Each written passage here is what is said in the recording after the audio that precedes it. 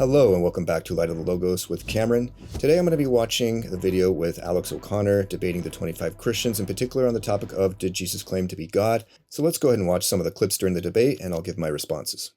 So man, Coley. So talk to me. Where does Jesus claim to be God? Yeah, so I'm curious, when you say that, are you including the book of John? So I think that the book of John is probably the least historically reliable in this case. So I'm talking about the historical Jesus. Yeah. I do think that there are a number of instances where Jesus appears to claim to be God in John's gospel. Okay. But even if we think that he actually said that, I still think that there's reason to believe that he wasn't claiming to be God in the sense of being identical with Yahweh. When you talk about... All right, we have to keep in mind that Jesus claims to be the Messiah. For example, in Mark 8, he's having a private conversation with his disciples and he asks them, "Who do you say that I am?" And they get replies like, well, some say that you're Elijah. Some say that you're John the Baptist. But if you say that you're Elijah, or you're going to repeat things that Elijah did, then that's a pretty bold claim. That's a pretty bold statement. But what is the most wild statement? What is the most crazy, wild statement that is going to cause the most problems with the religious crowd that Jesus could make? It would be him claiming to be the Messiah. Because in the first century, the weight of that claim was understood to be divine. And when Peter says, well, you are the Christ, meaning you are the Messiah, he tells Peter and his disciples not to tell anyone about him being the Messiah. Why? Because it would have caused so much disruption because it was such a bold and wild claim in the first century. Claims like, before Abraham was, I am, I and the Father are one, anyone who's seen me has seen the Father, only appear in the Gospel of John, not in any of our other sources, which I think makes them less historically reliable. If we're going before the Gospels, we have Paul claiming that Jesus is God in Philippians 2, where he's saying was in the form of God, or maybe like a better translation would even be the essence or the nature of God. Yeah, the problem I think with sort of quote mining in this respect is that there are quotes that point us in either direction, even in the Gospel of John. So Paul, for example, says that there is one God, which is the Father, and one Lord, Jesus Christ, seeming to separate them. Jesus says things like, my Father is greater than I am. He says things like, nobody knows the hour, not even the Son knows the hour, but only my Father in heaven. He says when he's crucified in the first two Gospels, Eli, Eli, lama sabachthani, my God, why have you forsaken me? Okay, so when Jesus says, my God, why have you forsaken me? He's quoting the very first sentence of Psalm 22. So that means he's quoting the headline of it. So again, this would have been common in the first century. They quote the headline of the passage to refer to the entire thing. And as we go on to read the entire thing, we see that this is clearly a Messianic prophecy about the crucifixion event itself, which Jesus was going through at the moment he quotes the headline of it. I'm being poured out like water, and all my bones are out of joint. My heart is like wax. It is melted within my breast. My strength is dried up like a potsherd, and my tongue sticks to my jaws. You lay me in the dust of death, for dogs encompass me. A company of evildoers encircles me. It says, they have pierced my hands and my feet. Now, there is a lot of debate about whether this word pierced here is actually referring to being pierced. I'm going to make another video which covers this in depth.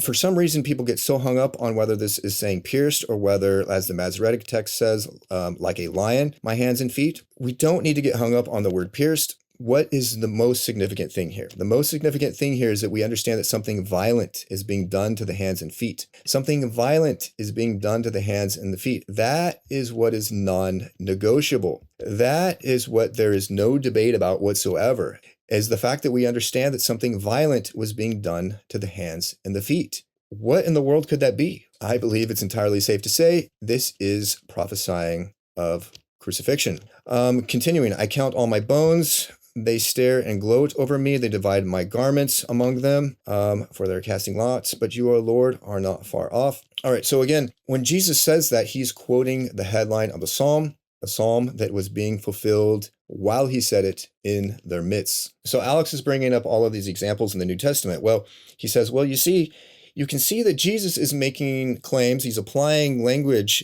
towards himself that makes him distinct from Adonai, that makes him lesser than Adonai. He's more human-like. He doesn't know the hour of his return. He says that his Father is greater than him. Now, what needs to be pointed out with this, and I mention this every time I speak with a Jehovah's Witness or a Mormon, you have to interpret the passages which do not explicitly say that Jesus is not Adonai in light of the passages that specifically say he is God or is Adonai. All of the passages that Alex just quoted from, where we see that Jesus is subordinate to the Father, where you see that there's things that he does not know, things like this. None of those passages explicitly say he is not God, and none of those passages explicitly say he is not Adonai. But we do have passages that explicitly equate him to being Adonai and passages which explicitly call him God, the God. What does that mean then? That means we have to interpret the passages where he is subordinate in light of the passages where it equates him to also being Adonai and God. It does not mean that we do the reverse.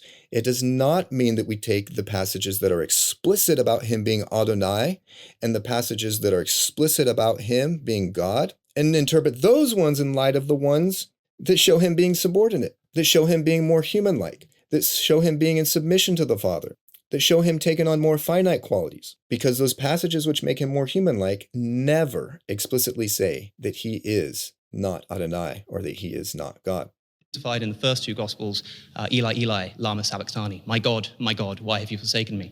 I could point to these and say, these are Jesus claiming that he's separate from God. Well, there is a distinction from the Father and the Son. So Sure. we're not, but So this psalm is not merely Jesus somehow crying out and saying, God, help me. No, he's quoting the headline of the psalm, and he's saying, this psalm is being fulfilled right now, and all of the blessing and all of the righteousness that is going to flow from this act of grace is now inaugurated. There is so much more depth and weight going on here. Again, this is why we have to be Bible students, not merely Bible readers. What we see the tendency of the unbeliever is to merely limit themselves to being a very mechanistic Bible reader. And they end up getting themselves into all kinds of trouble because they are not prepared for the full weight and depth and richness that the scriptures actually give us. And they end up making themselves look foolish with their surface level interpretations. what piece of evidence do you now need in order to believe that Jesus claimed to be God? Like, what is it for you that you would be like, you know what, that convinces me? Jesus, in his own words, saying that I am God. In the first century, someone could claim to be God, and that could be confused with the pantheon of gods that existed at the time. That could be confused with any of the statues, any of the gods, any of the polytheistic religions at the time. It could have been confused with what the emperors would have claimed of themselves, of them claiming to be God or others claiming about them to be God. The other thing that we see Alex doing is moving the goalposts. There's plenty of evidence of seeing that, number one, Jesus is called the God and the Lord. And we also see in the earliest Gospels and the earliest epistles that Jesus is said to be the one who fulfills passages in the Tanakh which were specifically about Adonai. So with all of this evidence that Jesus is clearly equated to being Adonai and being God, that's still not good enough for Alex now. And all of a sudden, when these types of things are brought up and brought to his attention, he moves the goalposts and says, oh, well, I think that just came later. I'm not convinced. Well, okay, we're not convinced that you're unconvinced for any good reason then, because it's just moving goalposts. The term there is eîmī. One chapter later, in John chapter 9, Jesus heals a blind man, and the blind man goes back, and people say, were you not the man who was born blind? And what does he say? Eîmī, I am. It's also just a way of identifying yourself and saying, it's me. I would want to know that. Is that a good argument? Do you guys think that's a good argument? That when Jesus is saying, before Abraham was, hey, it's me. Is that what Jesus was just saying? Hey guys, before Abraham was, it's just me. I've never heard that argument. I don't know how that argument is supposed to make any sense.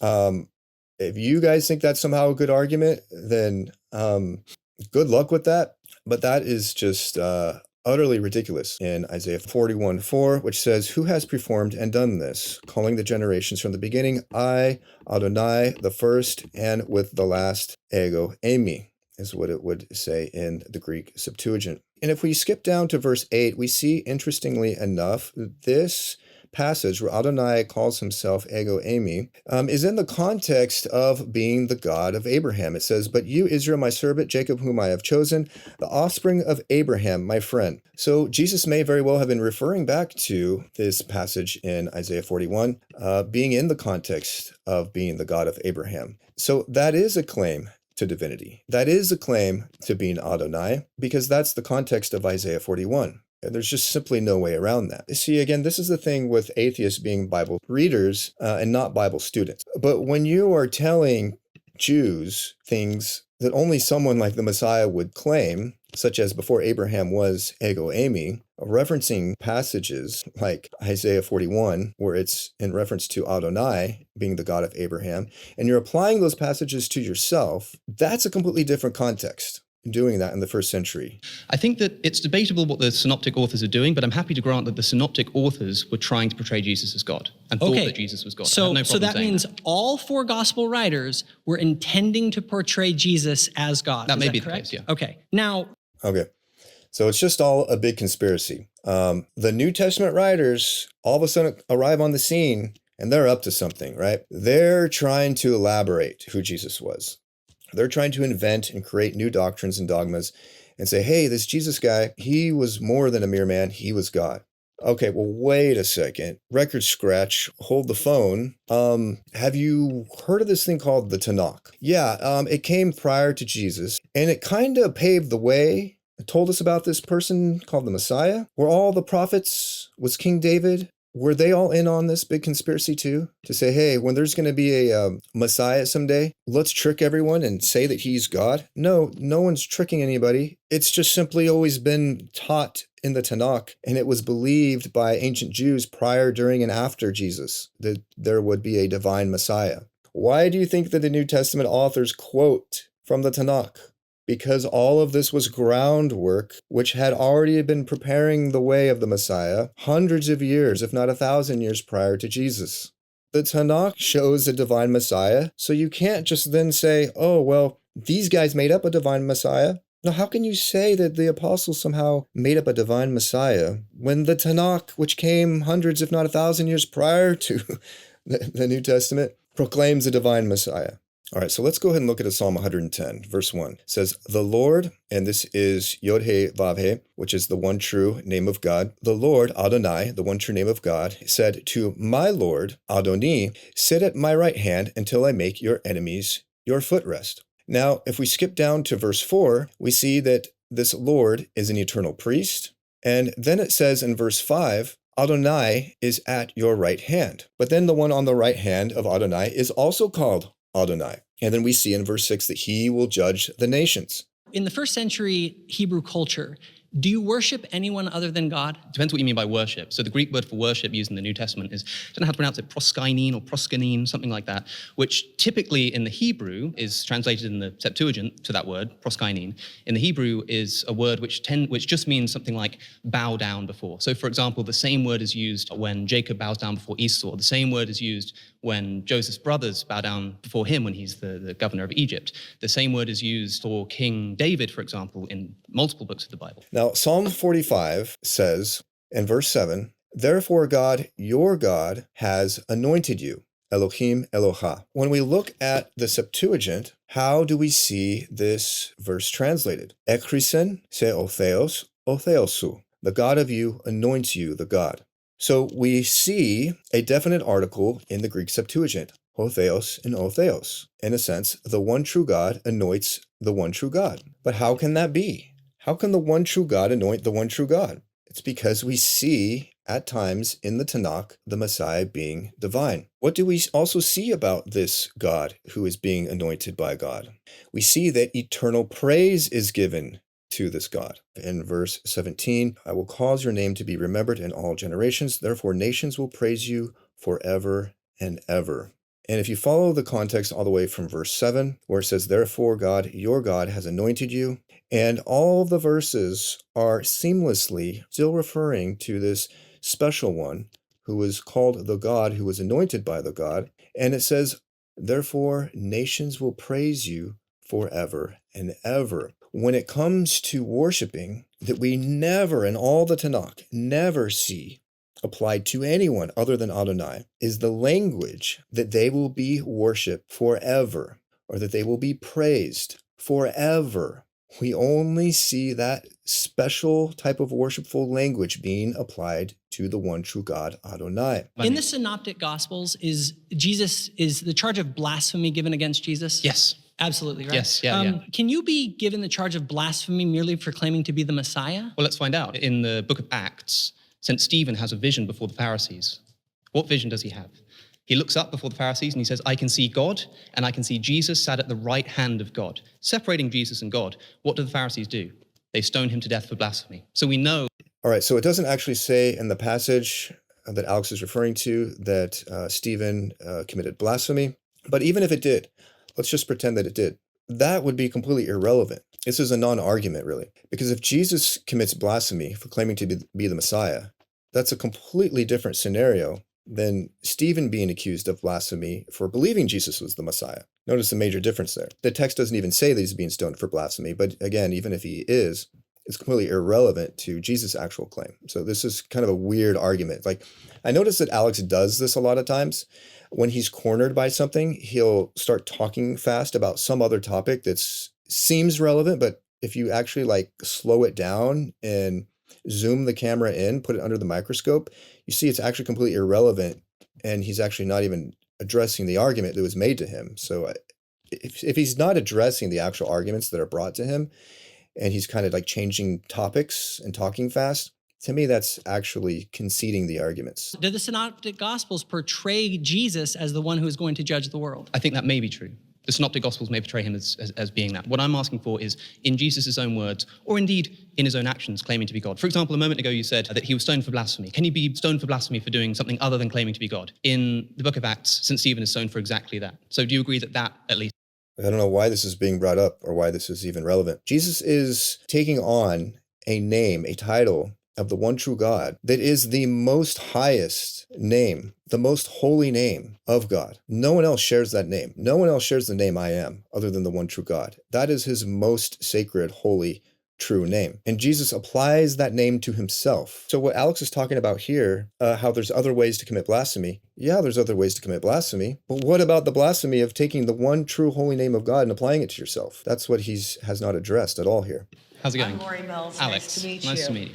I'm not a fan because I don't know who you are, but All the better. Well, the feeling is mutual. yes. But anyways, so the Dead Sea Scrolls. Yeah, I don't know a ton about them, but Okay, well, they were found in 1943. I believe the entire Bible points to Jesus being the Messiah. I agree with you. So that is my point. The Messiah is not the same as God. Jews didn't believe that the Messiah was going to be God. Well, Okay. And that's what we've looked at. That's what we've been looking at.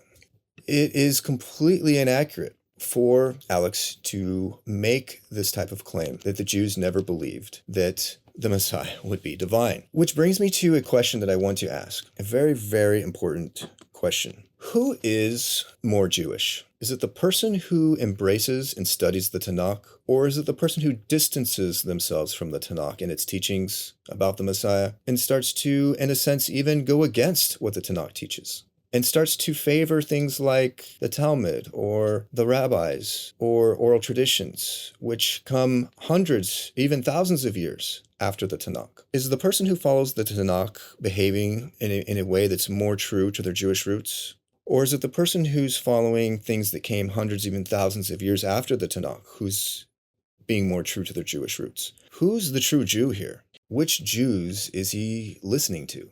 The ones who go by the Talmud, rabbis, and oral sayings and teachings that come hundreds, even thousands of years after? Why is he listening to those Jews who are simply just reacting to Christianity, who out of a reaction to that begin to change who the Messiah is, begin to distort who the Messiah is? Is the Talmud more authoritative than the Tanakh? Are rabbis who come hundreds or thousands of years after the Tanakh, are they more authoritative than the Tanakh? Are oral sayings and teachings and traditions more authoritative than the Tanakh? No, my friends. The Tanakh is the most authoritative because it is God-breathed, it comes from God, it was revealed by God. We need to go back to the Tanakh if we're to truly understand Judaism. And if we're to truly understand the Messiah and the nature of the Messiah, we must go back to the Tanakh. For example, we also see evidence of a divine Messiah in Isaiah 9:6. For to us a child is born, to us a son is given, and the government shall be upon his shoulder, and his name shall be called Wonderful Counselor, Mighty God, Everlasting Father, Prince of Peace. And this phrase, Mighty God, El Gabor, we see it only referring to Adonai in the Tanakh. For example, starting in chapter 10, verse 20, it says, "But will lean on the Lord, the Holy One of Israel, in truth. A remnant will return, the remnant of Jacob, to the mighty God." And how did ancient Jews interpret this passage of Isaiah 9? Let's look at Jews who wrote the Aramaic interpretation of the Tanakh, and they say this about this passage. His name is called from eternity, Wonderful, the mighty God, who liveth to eternity, the Messiah, whose peace shall be great upon us in his days. Well, wow, look at that.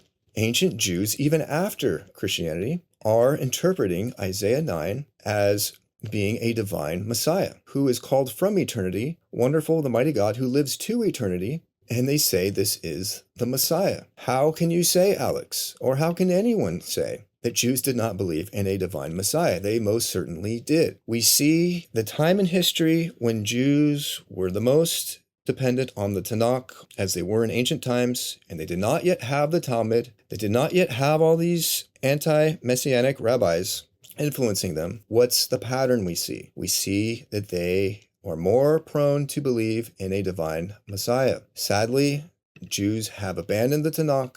Sadly, many are ignorant of the Tanakh, and that's why we do not see very many Jews today as open and adamant about understanding that their Messiah is in fact divine. Jesus quotes Daniel 7, saying he is the Son of Man, the human one, who will ride on the clouds, and calls himself the second power. So you have this two powers in heaven motif. The two powers, they're both God, and the cloud rider motif, and the Son of Man. He's quoting Daniel 7 to identify himself. After that, Caiaphas tears his robe and cries blasphemy. I do think that Jesus is making some pretty extraordinary claims of himself, such as being the Son of Man, but I still don't see why he's claiming to be God. If this were the way that he was trying to reveal his divinity to people, it'd be a strange and convoluted way to do it. Psalm 82 also talks about God presiding over a council of God. No, he's claiming to be the Messiah. We see that he will sit on the right hand of Adonai, but also is called Adonai, and that he will judge the nations, that he is the Son of Man, that all the world will worship him, and that they will worship him forever, and that he will bring righteousness to the world. So Jesus is not showing up saying just, hey, I'm God. He's showing up saying, I'm doing all of this. All of this is me. All of this is about me. All of this foretold of me, and I'm fulfilling it. That's the anointed one. That's the Christ. That is the Messiah. Jesus came and claimed to be the Messiah. Part of that entails divinity, part of that being of the same nature as the one true eternal God, but it's so much more than that. And we see this is not somehow some magical invention, such as some random, arbitrary, out-of-the-blue invention that the apostles started to apply to him, or that John eventually got carried away with and expounded even greater and applied to him. No, all of this goes back prior to Jesus. Let me just end on this point here. I'm going to read what Philo has to say. Philo understood the concept of an eternal logos long before John. Philo said, "But the divine word, or logos, which is above these, does not come into any visible appearance, inasmuch as it is not like any of these things that have come under the external senses, but is itself an image of God, the most ancient of all the objects of intellect in the whole world, and that which is placed in the closest proximity to the only truly existing God, without any partition or distance being interposed between them. Now the image of God is the logos, by which all the world was made." Philo was a Hellenistic Jew, contemporaneous with Christ, but was born prior to him, would have written these things before Jesus even started his earthly ministry, therefore would have written these things long before the epistles or the New Testament or the Gospels were written, but he's saying things that are identical to what John would have said, maybe even more articulate than what John would have said. So these concepts of there being an eternal logos was already well understood by Jews. So the idea of the Messiah being the eternal logos who created all things was already commonplace in the first century by Jews. And where would Philo have gotten these things? He would have understood these things based on the Tanakh. Let's continue reading other quotes of Philo. "It is reasonable for one to be three or for three to be one. For they were one by a higher principle. In the place of one, he makes the appearance of a triad. He cannot be seen in his oneness without something else. And the chief powers that exist immediately with him, the creative, which is called Elohim, and the kingly, which is called Lord, he begins to see the sovereign, holy, and divine vision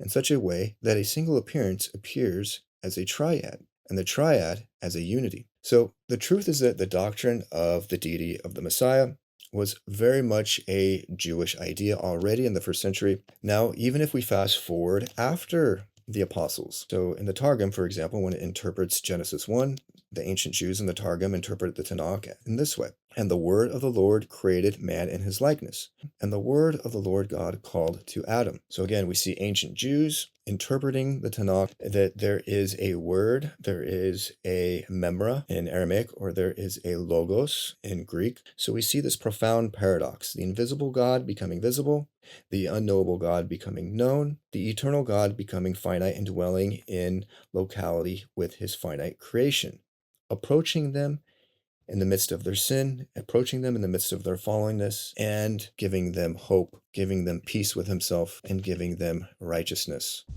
So that's all I have today, guys. Thank you so much for watching this video. I hope that you can see a little bit better now what the significance of the Tanakh really is, and that it paved the way hundreds, even thousands of years prior to Jesus of who the Messiah would be and what his nature would be. Embrace the divine Messiah of the Tanakh. Thank you so much for watching. I'll see you guys on the next one. Take care.